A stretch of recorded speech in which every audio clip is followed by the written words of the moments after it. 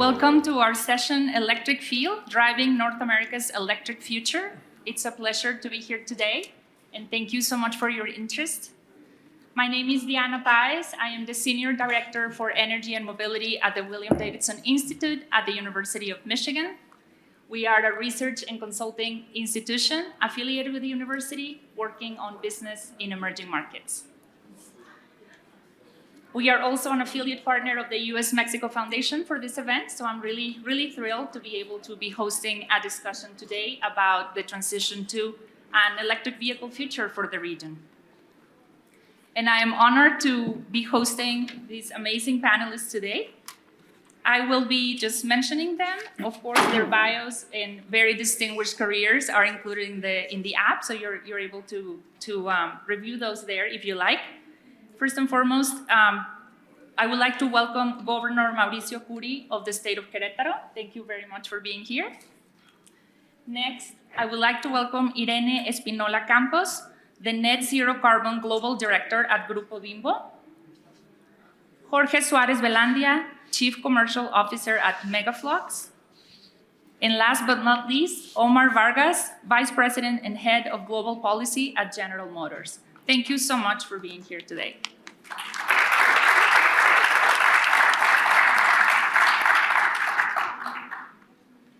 And before I dive into the questions for the panelists, and also, by the way, I'll be planning to reserve some time at the end for some questions from the audience, I would just like to set the stage with a couple of points about why this topic is important. As we've been discussing throughout this event, we do better when we collaborate across our region, and there are many examples of this. When it comes to integration and interdependencies across Mexico, the US, and Canada, I think the auto industry is really a poster child of these dynamics with a highly intertwined supply chain across our countries. This is why when we think about the major transformation going on right now with the industry to electrification, when we think about this transition, we have to think about what we can do better together to compete in this space. And even from last year, when we also hosted a similar panel, the landscape has shifted quite a bit, with most major OEMs now planning for an EV future, many more models hitting the market in the next few years, battery costs continuing to decrease and new chemistries coming online. And of course, we have also woken up to the importance of securing critical minerals that will be needed for these batteries too. And fueling a lot of this is a tremendous policy push that we're seeing to support clean energy and decarbonization. In the US, the Inflation Reduction Act, the CHIPS Act, bipartisan infrastructure law. In Canada, for example, we're also seeing them take a mines to mobility approach to leverage the resources and mining expertise to build the battery and critical mineral supply chain that is needed. And in Mexico, of course, there are various initiatives, both from the government and from different players and stakeholders, to try to move forward the transition to EVs and to develop a more comprehensive strategy. So, especially in the context of competition with China and other players that are being very aggressive in their own race to electric vehicles, I think the stakes are very high for us to get this right as a region. So what does this mean for North America? Today, we'll hear from each of the panelists about what their organizations, companies, or state are doing in this space, and also to share some more information about the challenges and opportunities that they see for our region. So first, I'd like to start with Governor Kuri from the state of Querétaro. Governor, we would love to hear what Querétaro is doing generally, how you see the state being a player in the transition to electric vehicles in Mexico and North America more broadly. Muchas gracias, muy buenas tardes a todas y a todos. Muchas gracias, Diana, Irene, Jorge y Omar, muchas gracias por acompañarme aquí en este panel. Querétaro está siendo punta de lanza en lo que se refiere al apoyo al cambio climático. Hace apenas 2 semanas fuimos de los 9 estados subnacionales que fuimos invitados por la ONU para poder platicar sobre el cambio climático y lo que estamos haciendo cada uno de nuestros estados. Cada vez es más importante lo que hacen los estados nacionales, tiene más relevancia lo que se está haciendo.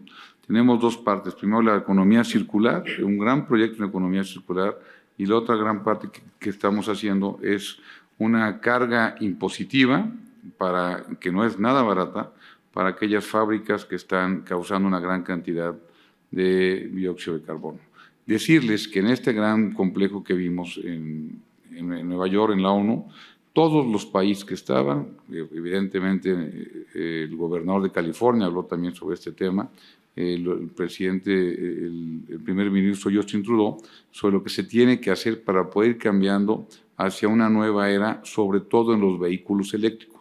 En Querétaro tenemos la mejor calidad de mano de obra del país, tenemos toda la capacitación por parte de una universidad automotriz, una universidad aeroespacial, que nos permite tener la tecnología suficiente para seguir atrayendo inversionistas en la nueva era de la era automotriz, que es sin lugar a dudas la parte de los coches eléctricos. Y para eso estamos haciendo una gran cantidad de cosas. Por ejemplo, cuando fui presidente municipal, pusimos las primeras bases para poder poner en la energía y que se puedan conectar directamente en las estaciones de carga, que estén en lugares privilegiados, en los diferentes centros comerciales, y actualmente lo estamos haciendo también como una ley nueva a nivel estatal, y seguimos trabajando con los municipios para que sea ya esté dentro de su reglamentación y poder aportarle. Pero lo más importante es que queremos que esta cadena de suministro, que se tome en cuenta a Querétaro, porque tenemos una gran variedad de autoparteros, es decir, que hacen partes automotrices. Tenemos cerca de nosotros una gran cantidad de fabricantes de automóviles, de fabricantes de automóviles, donde estamos trabajando fuertemente y cercanos con la mejor calidad de mano de obra y, por supuesto, con una tendencia a la innovación, el desarrollo tecnológico en la nueva era que viene, que es la parte de los coches eléctricos. Estamos convencidos que no es una época de cambio, sino es un cambio de época en los coches, en la parte automotriz, y sin lugar a dudas para allá va el mercado, y Querétaro está preparándose para dónde va el mercado. Muchísimas gracias, gobernador. And before I move on to Irene, actually, I wanted to mention that we are super lucky today to be able to get one of those posters. We have our in-house artist drawing this poster about the discussion today around electric vehicles. So thank you for that. Really excited to see the end result. Wonderful. So Irene, at Grupo Bimbo, I would like to hear more from you. Grupo Bimbo is recognized for its commitment to sustainability, and I know you are leading multiple initiatives in this area. Can you share more about your sustainability strategy overall as a company? Yes, thank you very much, Diana, and thank you for the invitation, for having us here. So, Grupo Bimbo, as the largest bakery in the world, has sustainability as its priority, and it has been like this since its foundation. Fortunately, it's part of who we are, and it's part of how we do things. And as such, in 2020, we decided to launch this more ambitious sustainability strategy that involves 3 pillars: Bake for You, Bake for Life, and Bake for Nature. In the Bake for You pillar, we focused 3 initiatives on health and wellness for our customers, and on better ingredients and more nutritious recipes in our products.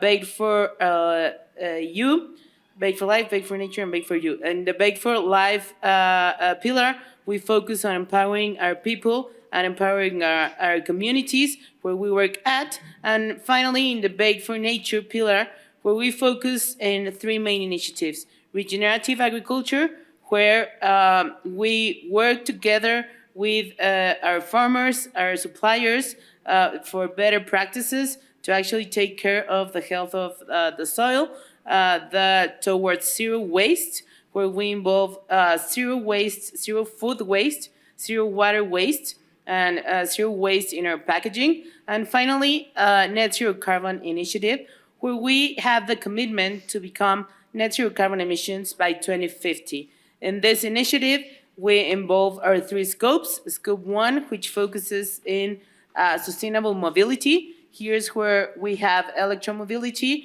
or vehicles from alternative fuels, hydrogen, renewable natural gas, renewable propane, etc.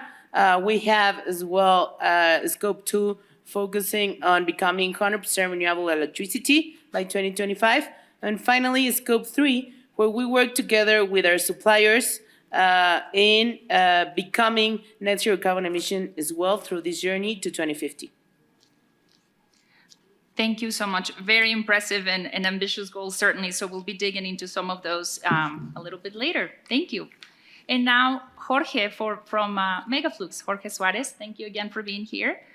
So Megaflux develops its own technology to support electrification. I know we talked a little bit about what you guys are doing specifically for the heavy-duty vehicle segment here in Mexico. Can you share more about your mission at Megaflux and what you're offering for the Mexican market right now? So thank you for the invitation. So we have heard perspectives from the government and also larger company like Bimbo. We are kind of an exotic animal in the ecosystem. We are the only manufacturer of electric powertrains in Mexico. And it is a challenge to be an entrepreneur in automotive technology. The company has been around for 11 years, and we started with government grants, electrifying taxis in Mexico City. Then more recently, we sold the first fleet to Grupo Modelo, and happily, they have compared our performance, our support to other, let's say, Chinese suppliers, and they really enjoy the experience of us being so close to them and sort of providing this added service. So why do we focus on larger vehicles or heavy trucks? And when we say that, we're talking about 18-ton trucks and delivery vehicles. When you look at let's say, at the vehicle stock in Mexico, there are some 30,000 vehicle sales of delivery trucks in a year. And there's different players in that space. But when we look at the used vehicles that are in good condition, there's a large potential, actually 10 times as much. So what we offer is what we call Everhaul, which is electric. We say Everhaul because it's an overhaul with electric, and we extend the life of the vehicle. So basically what we do is converting these older vehicles.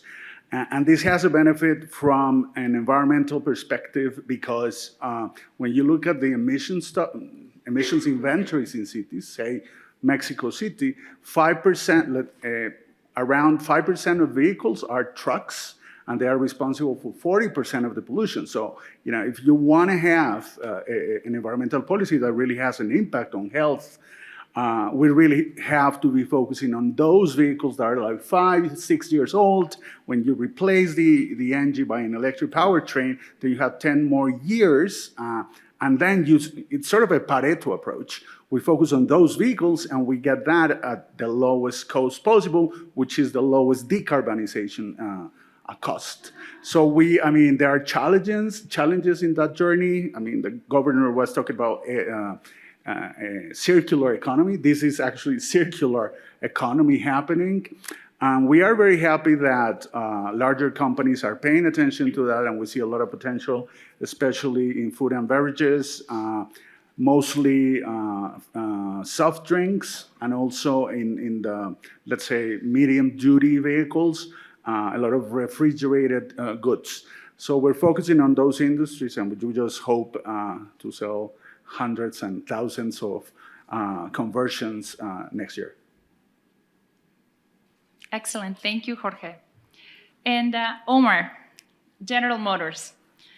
You have the goal of building 1 million electric vehicles in North America by 2025. Please tell us more about where you are on this journey and what are the key factors that will help you reach this goal. Sure. No, thank you. And we're making excellent progress. But before I expand, let me thank you for moderating our panel. And really, it's a privilege for me to be here with a remarkable panel participants. And congratulations to the U.S.-Mexico Foundation. And I think this conference is really incredible, the attendance and participation.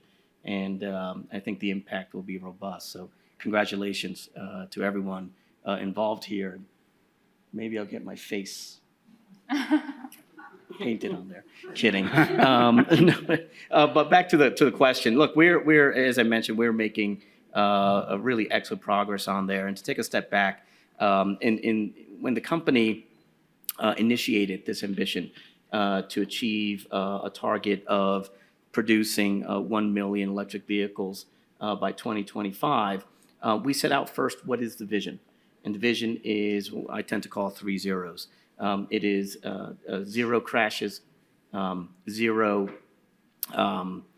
emissions, and zero congestion. And what does this mean? Well, we have a passionate group of manufacturing workers, of designers, of engineers who are working to really make the cars of the future that are connected vehicles, they're software-defined vehicles.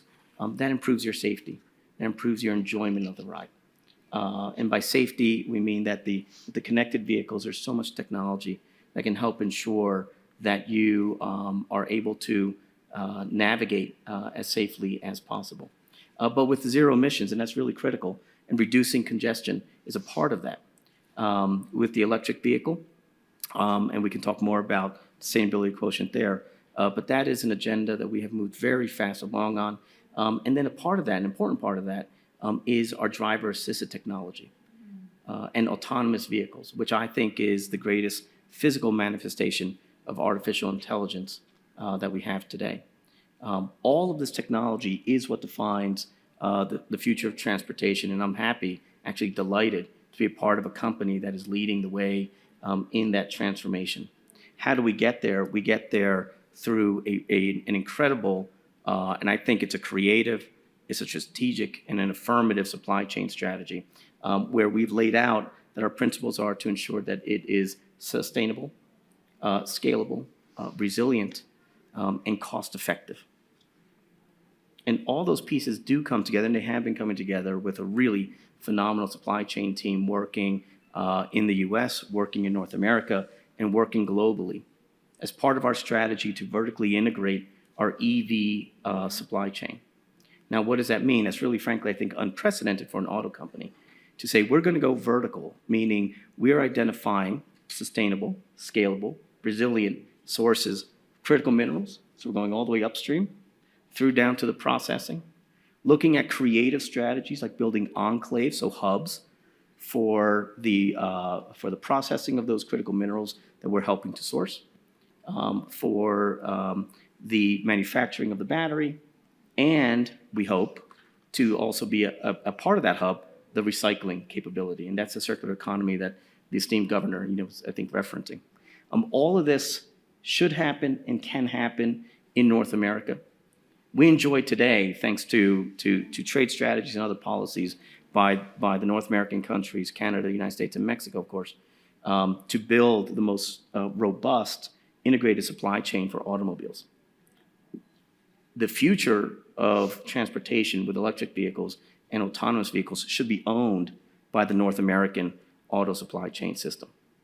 And with that, it will grow and continue to grow because now we'll be adding the capabilities that don't exist here today, whether it's critical minerals extraction, it's the chemicals that are needed to process the critical minerals, it's the technology to design the vehicles, it's the components. And by secured and resilient supply chains, and I know I've probably gone on for a little long, so I'll wrap up here, but with the potential to nearshore and onshore components helps to localize an economy so that it can be relied upon whenever there's geopolitical risk, a pandemic, or some other type of natural disaster or complication that results in breaking down of supply chains. At the end of the day, all of this cannot happen without two things: private capital and the partnership of government with good policy environment. And maybe we'll talk more about that later. Thank you so much. You really touched on some of the key topics, certainly. And I would like to turn to Governor Kuri. Oh, and Omar was mentioning some of those areas that GM, will be working on across the entire electric vehicle supply chain. So when we think about the entire supply chain, opportunities are mining, related to batteries, to vehicle assembly, parts, charging, even recycling. I know you mentioned some of those initiatives in your state for circular economy. are there specific aspects of the EV value chain that you believe Querétaro is very well positioned to play a role in? Nuestro principal elemento de competencia es el capital humano. Nosotros entendemos perfectamente bien que no hay peor ciego que el que no quiera ver. Y en este momento el mercado para los próximos años va a la disminución de los gases que contaminan y a quitar la energía fósil. Por eso es muy importante que en Querétaro estamos en las universidades pensando y planificando y apostándole con una gran inversión en la Universidad Automotriz, en la Universidad Aeroespacial, en la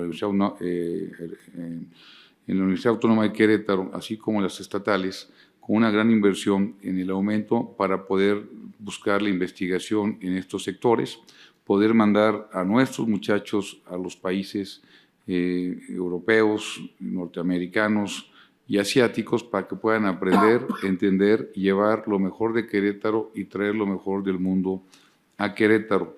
Me llama mucho la atención que empresas como General Motors, como Bimbo, ya tienen muy clara su visión que tienen para los próximos años. Nosotros en Querétaro estamos logísticamente en el mejor lugar ubicado.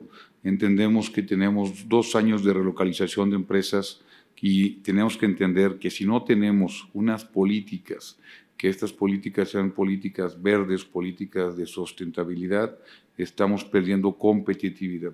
Y Querétaro en los últimos 4 años ha crecido en competitividad. Estábamos en 4º lugar en competitividad cuando tomé el gobierno. Está la capital, Nuevo León, Jalisco, después Querétaro, y 2 años después ya estamos arriba de Jalisco y arriba de Nuevo León y solamente por abajo de la capital. Y esta competitividad va a seguir creciendo en la medida que sigamos teniendo políticas verdes y sigamos teniendo universidades que nos permitan sacar a los muchachos ya con una idea de sustentabilidad, y sin lugar a dudas estoy convencido que el mejor elemento que podemos aportarle para este sistema de suministro es el capital humano, la logística y un gobierno que siempre estará acompañando a las empresas. Yo soy vendedor, toda mi vida he sido vendedor, y nosotros acompañamos a las empresas en la preventa, cerramos la venta y los seguimos acompañando en la postventa para poderlos acompañar con la mano de obra calificada, con una cantidad de alcance también para una proveeduría interna que la podemos tener en Querétaro, y por supuesto en todo lo que se refiere a los trámites que necesiten, y damos incentivos para todas las empresas socialmente responsables, como el caso de Bimbo, que puedan llegar a Querétaro para poder tener empresas 100% sustentables y 100% socialmente responsables. Es lo que creemos. Muchas gracias, Diana. Muchísimas gracias, gobernador.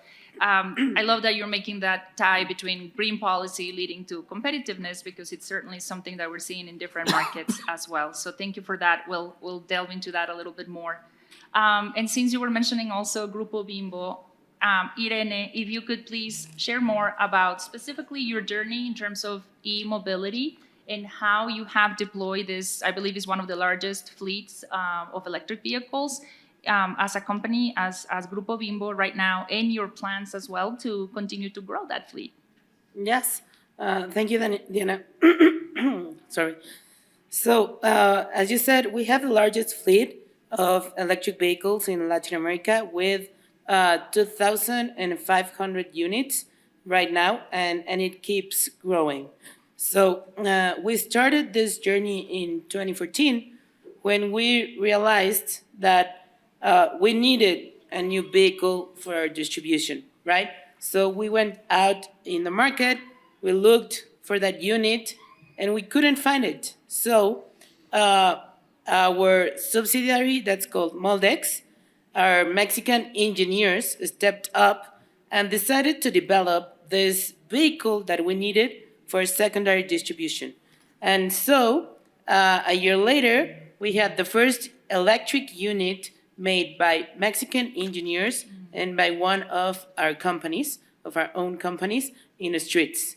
And from there, we started growing and we started proving that it was feasible from all points of view, economically, socially, and environmentally feasible. So we decided to scale this strategy, and now we have the largest electric vehicle fleet owned by a company. We have them in the big cities, Mexico, Guadalajara, Monterrey. We have in Mérida, and we'll keep growing and putting more units in the streets in the next years, since we have the commitment to reduce our Scope 1 emissions by 2030 by 50%, which means we have to transition this fleet that we own today that's fed by fossil fuels to more sustainable fuels, including electric. So that's what we've done, and that's the journey that we have navigated until today. And now, since we have presence in 34 countries, we decided to bring this strategy and to implement this initiative as well in other countries. So we're starting to grow this fleet as well in other countries like Colombia, Costa Rica. We have them in Chile, Spain. We're starting to pilot them in Canada, in the United States. So at the end, we believe that this is the only way that we're gonna really move the needle and lower the emissions we need to get to our goals. Thank you so much, Irene. Wow, there's a lot there. So I will definitely follow up on some of those things that you mentioned a little bit later. Now I would like to turn to Jorge.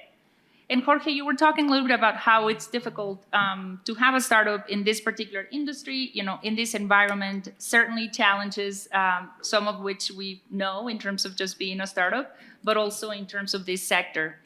When you think about the innovation ecosystem here in Mexico and some of those challenges that you faced, what do you think can be done to be able to support companies even more and develop that ecosystem of innovation and support for companies so that other companies, not just Megaflux, certainly can also engage in this value chain?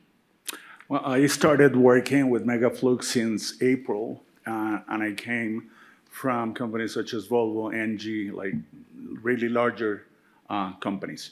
And it's been an adventure to look from, let's say, the other side, and you know, coming from Volvo, all these big structured and really, you know, costly implementations and long lead times for vehicle developments that I've seen totally changed from a startup point of view. I mean, we can do from concept to implementation in, let's say, 4 months. And I think that's the agility we need to really support like niches of vehicles. However, we face the challenge of, you know, let's say in the fundraise, when we look at the decarbonization funding, especially private capital, when you say tech, it's digital.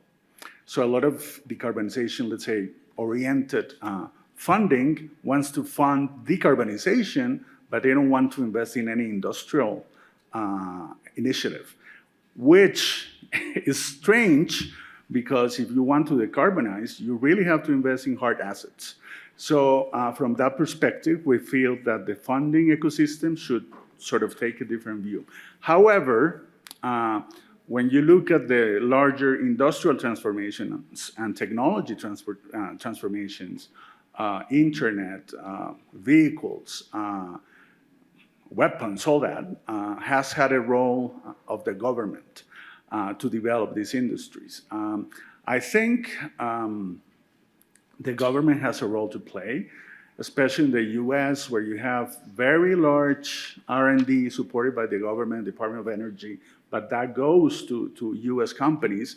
I think we can, from Mexico, we could leverage on those resources to partner with companies in the US.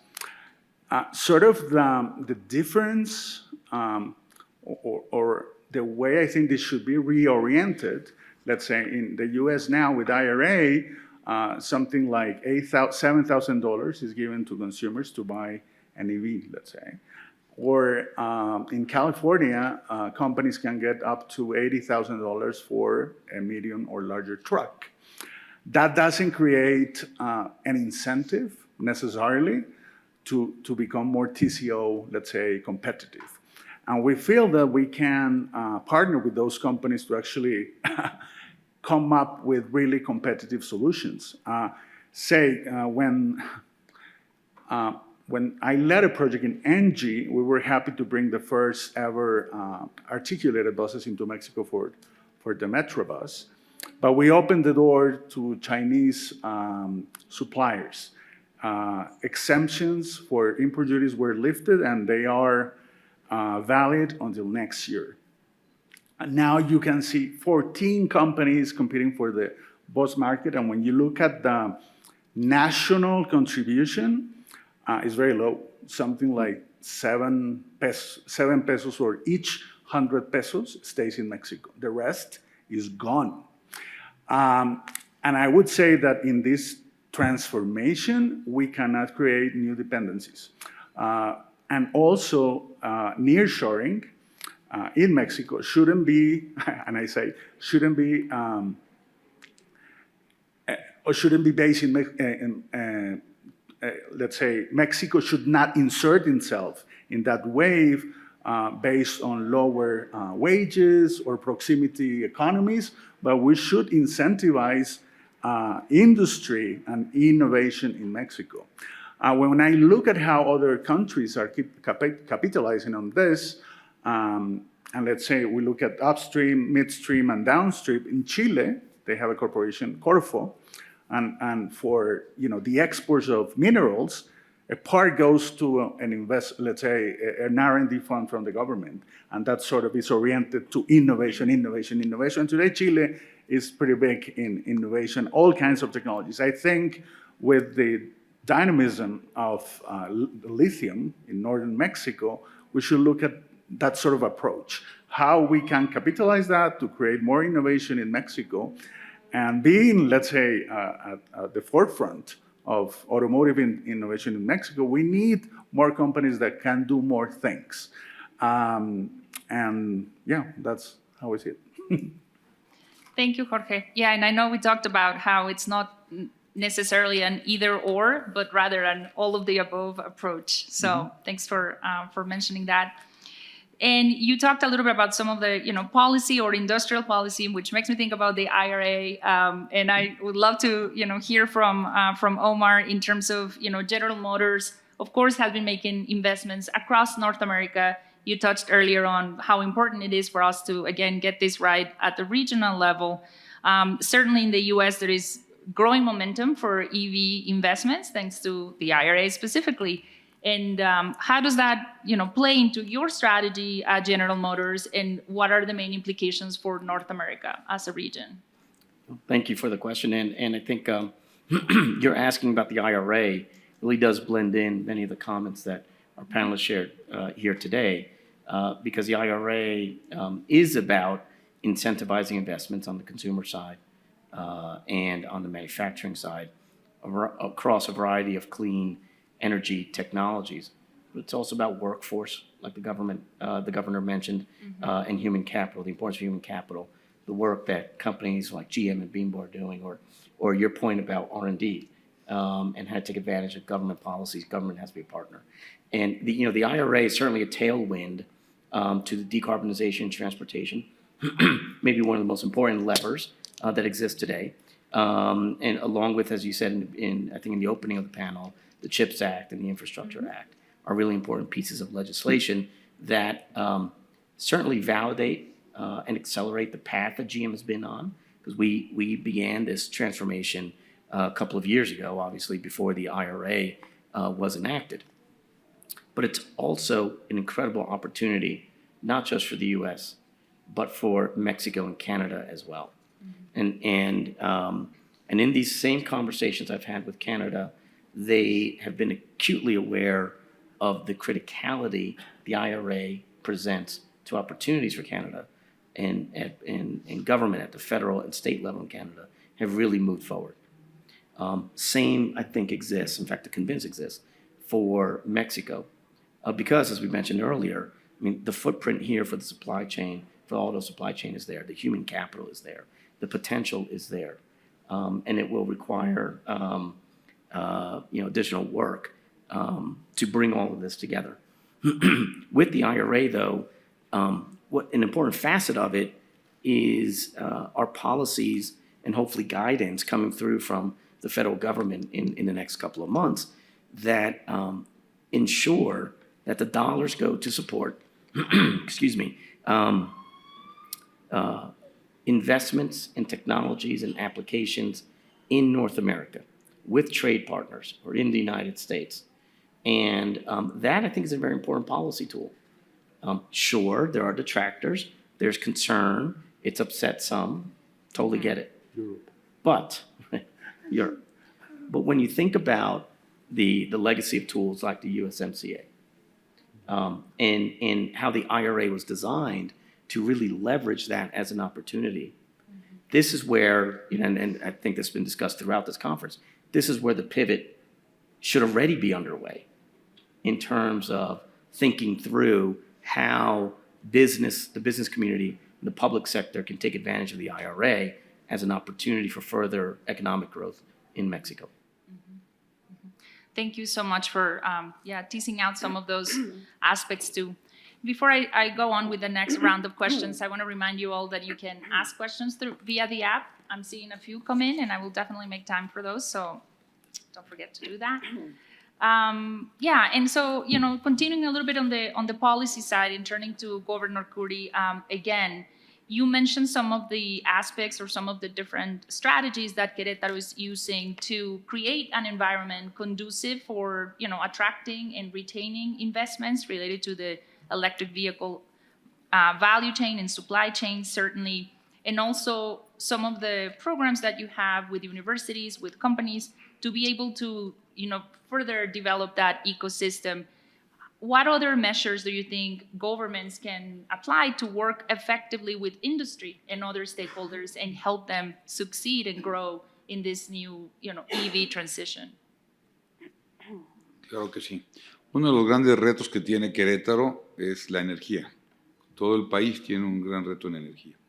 Y Querétaro, aunque es un tema que le toca a la Federación, a la Comisión Federal de Electricidad, hemos llegado vamos a hacer una inversión muy grande. Ya la CENACE, el Centro Nacional de Energía, nos dio la oportunidad de poder crear una subestación con 19 centros de carga.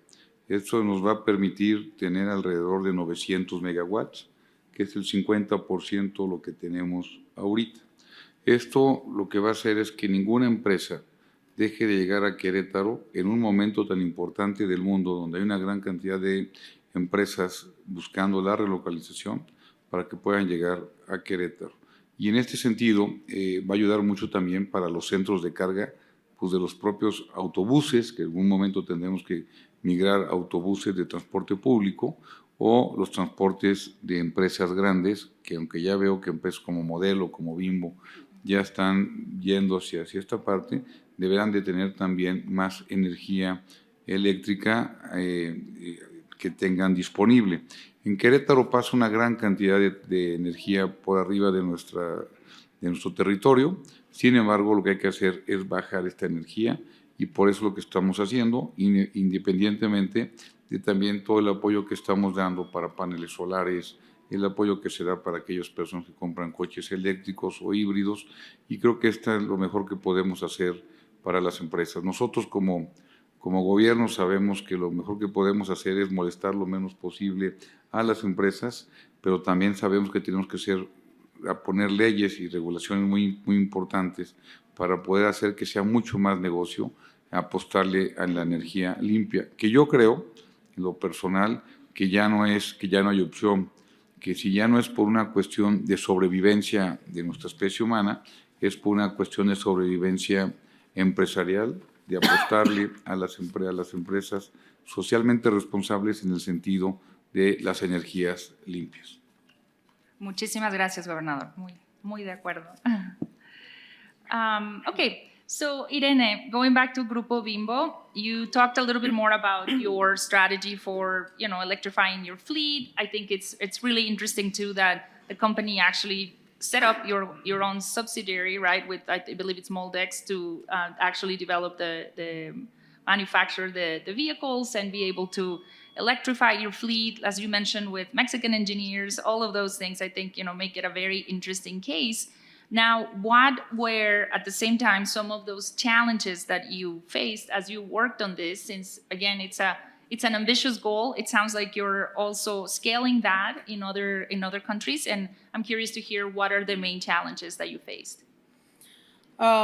Sure. So I'd say the main challenge has been to actually build an all-in solution. And what do I mean by this? So I'll try to be short. The transitioning to electric vehicles is not only about the vehicle. Sorry. So we can think about the unit that you need, but the truth is everyone can manufacture an electric vehicle, right? So we bake bread and we did our vehicles. So the truth is you need everything around it to make it work. First of all, in order for the electric vehicle to be actually sustainable, you have to feed the electric vehicle with green energy, right? So it has to be renewable energy, solar panels, wind farms, etc. So in Grupo Bimbo, all our electric vehicles are actually fed with renewable energy in Mexico, and every sales center where all our vehicles are have to have solar panels. So that's like the first part of the solution. You have to worry about the energy source and where the energy will come from, because then we come back to what Governor was saying about the infrastructure and the energy that we need to be able to have the electric vehicles in our supply chain. So once that's covered, then we go to the internal infrastructure part. So yes, we do need electricity and the grid to become bigger and more solid, but we also need internal infrastructure in our own sites to actually charge the vehicles. So we need to build, from electric panels to the actual chargers, everything around the electrical infrastructure to get the energy to the vehicles, to have it ready, and that needs investment. And then we have the electric vehicle, and then we have the autonomy of the vehicle. So if my routes are below 100 kilometers, that's great, I'm gonna make it. But for routes that go beyond 200, 300 kilometers, it's gonna be a different challenge and a more tough way to be able to transition that route into an electric vehicle route. So, and after that, we go to the last part of the chain, that's the monitoring and measuring of the KPIs. Because today you measure how much liters of gasoline you use, or how much liters of diesel you use, how much kilometers you travel. With electric vehicle, it's the same. You need to measure how many kilowatt hours you're consuming, how many kilometers you're traveling as well to become as efficient as possible. And you need all that smart technology behind the electric vehicle and behind the charger to talk to each other to see how to make it better. So it's all about bringing everything into one solution to actually make it possible. So when we started this journey, there was no company offering a solution that covered it all. And that was the biggest challenge, that we had to develop everything through new startups, through other companies, and we have to build that ourselves.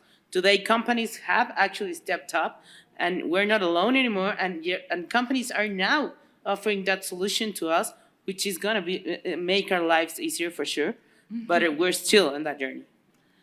Yeah, absolutely. Thank you, Irene.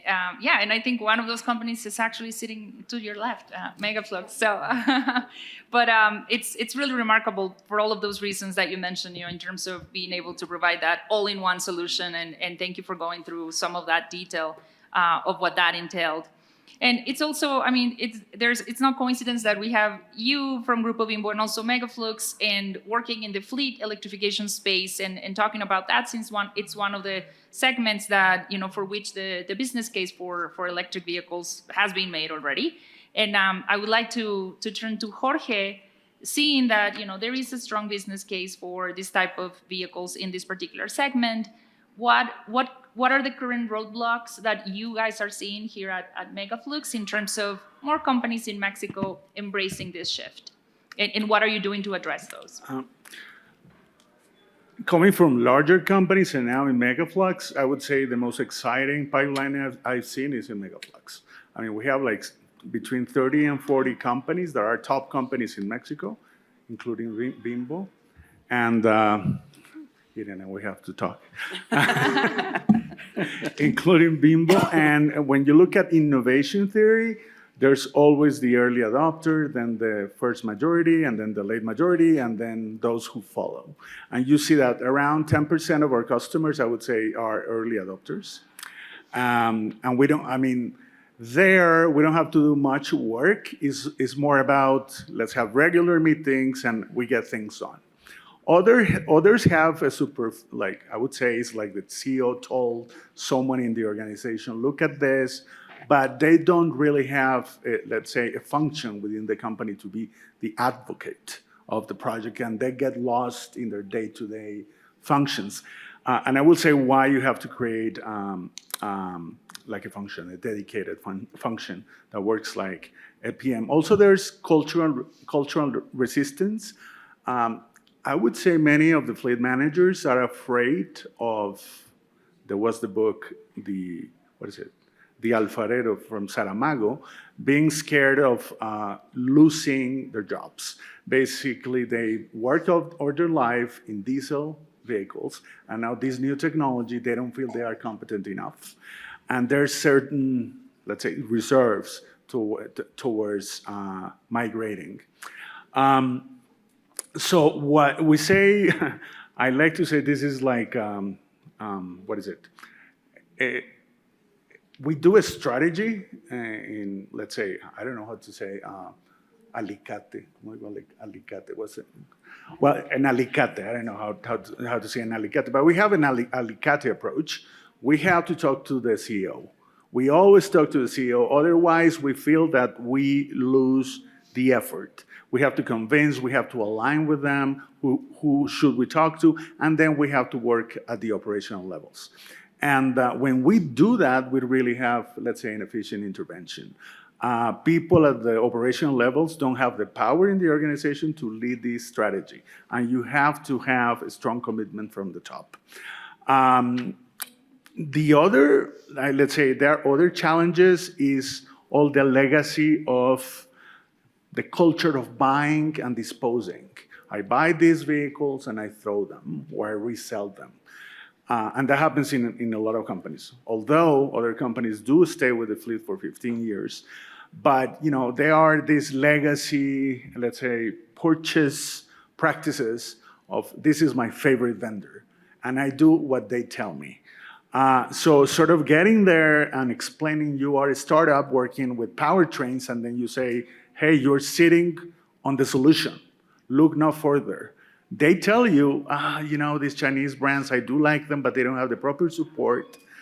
And I would say Mexican customers do like support. They want people at their depots, really accompanying them in the transition.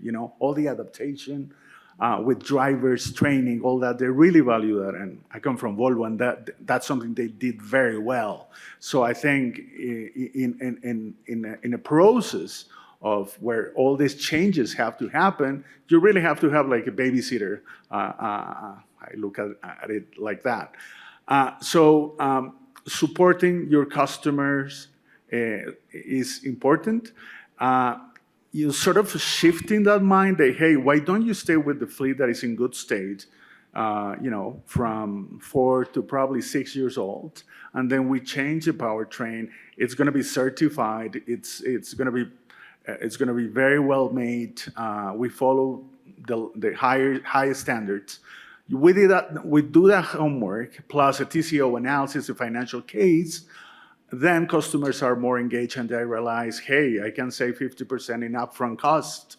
When I do the financing and I include the reductions in OPEX, when we talk about diesel switching to electricity, 75% decrease. And with maintenance, is like 30% decrease. Then when you factor in those benefits, then we trigger the interest and then hopefully the purchase. We are close to closing 3 deals, but it's taken 8 months, but we're getting there. Companies are slow in changing. Procurement policies are not so open to dealing with startups because, just to give you a story, signing an NDA can take 3 months, right? Becoming a supplier can take 3-4 months. So, there's going to be a change in, let's say, procurement policy, yes. What is called a sandbox, really sort of a sandbox approach to experiment new technologies because these sort of generalized processes are probably not well fit to technology change. So what I think we have the best people in the industry because we're really passionate about this. In technology development, our CEO, our CFO, and sort of transmitting the energy and the enthusiasm. But you really have to have a counterparty that is convinced. When I see a skeptical customer, is probably we have to talk to them in a year or so. But we really have to capture those customers that are most excited, but they also want to save. Because it's not enough to say that, oh yeah, you are equal as diesel. No, we're telling them you're going to save 30% if you switch. This is going to be cheaper to buy and cheaper to operate. And I think that's an excellent value proposition. So more of consumer education, and awareness. Yeah. Okay, thank you, Jorge. Okay, so Omar, I want to go back to some of the points you made earlier about, 2 main things that are needed to be able to do all of the things that are involved in the transition to EVs. You said can't do them without private capital and regulatory environment, right? And so to touch a little bit more in this enabling environment, especially as General Motors looks to expand production capacity down the road too, what would you say are the key features of an environment conducive to attracting and retaining investments in this EV space? And what do you look for specifically? Sure. No, excellent question. I would say, look, in summary, in case I run out of time, it's the economics that matter. I think it's really important for the public and private sector to understand and communicate that the economics matter. Now, I think about sort of really tactical policy issues in 4 ways. Number 1, market access. Number 2, asset development. Number 3, workforce development. And number 4, incentives and tax credit or tax policy does matter because cash flow matters, right? Market access, what's that about? That's about trade. That's about customs policies. That's, maybe you want to throw into that logistics. But market access is truly critical. Number 2, asset development. This is a sense that the governor here is a strong advocate and passionate about this. Asset development is about working with government to ensure that the investments that you have commissioned are commissioned on time. That is permitting, that's government seen as a partner and not as an inhibitor to the success of the program. Workforce development, we've talked quite a bit about that already, but that's really important. And number 4, incentives and taxes, et cetera. Sure, cash flow is critically important. But as you look at the economies, you look at the certain dynamics for your jurisdiction, it's important to present to the companies understanding that it's all about a spreadsheet.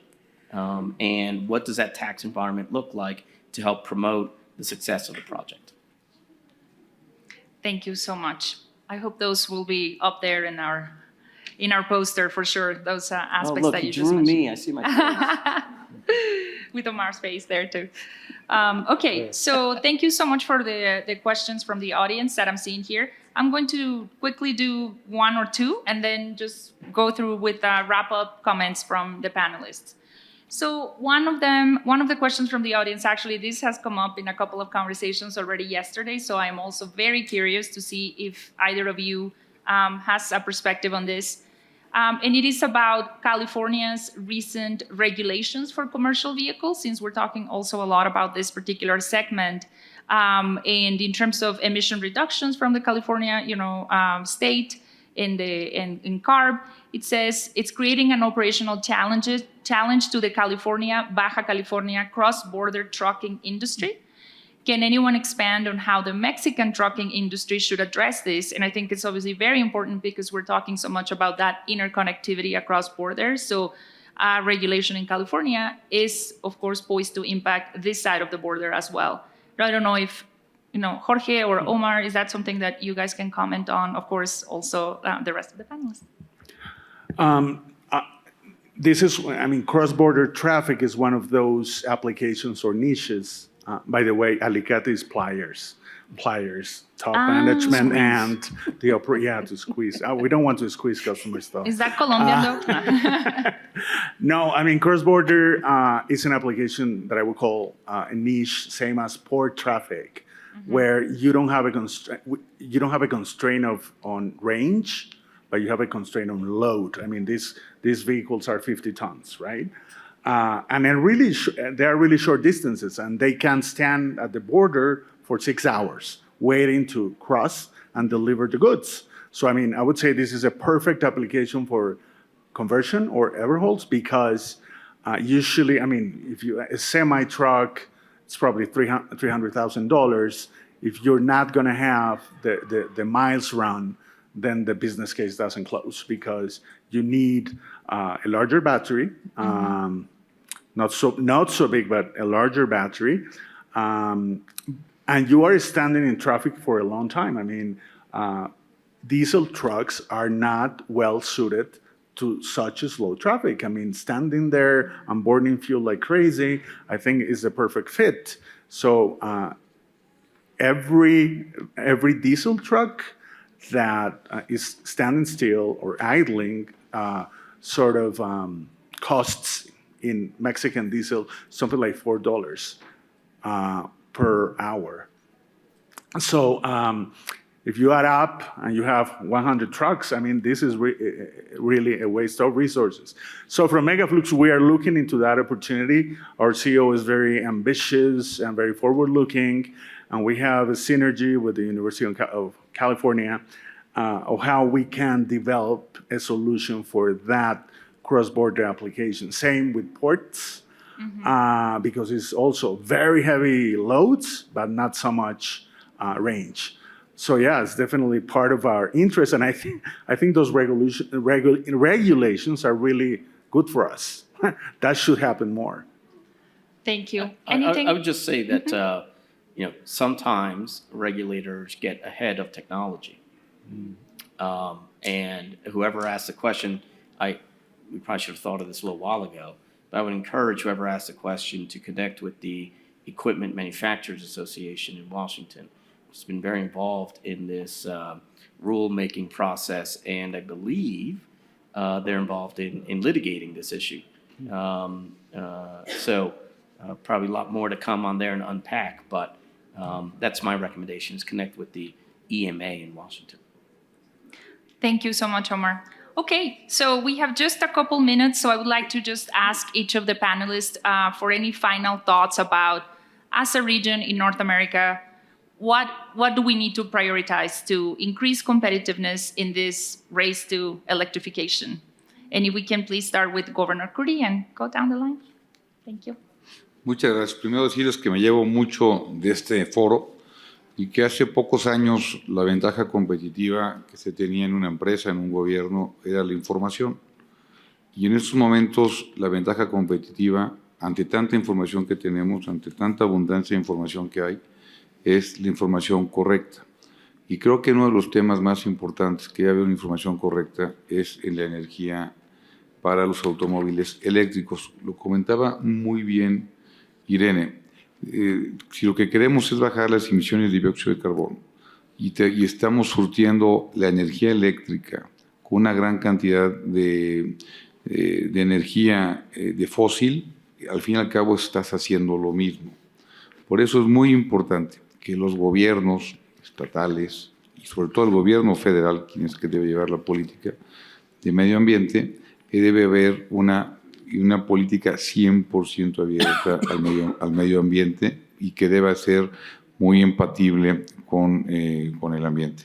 Y por último, decirles que en Querétaro estamos convencidos que este es el camino de las empresas socialmente responsables, el camino de las empresas verdes, porque es no solamente por la conveniencia de la supervivencia humana. Decía en el foro que estuvo en la Asamblea de la ONU del Cambio Climático, el secretario general de la ONU decía que el mundo no hay un calentamiento global, hay un hervidero global, y que en lugar de estar bajando en los primeros años para el 2030 se tenía pensado que íbamos a bajar 2 grados, en estos últimos años hemos subido 1.5 grados. Entonces, este es un tema muy importante y me da mucho gusto que empresas tan relevantes como Bimbo, como General Motors, como la empresa de Jorge, estén teniendo una idea de fondo y no solamente de forma. Y en Querétaro le estamos apostando muchísimo al capital humano,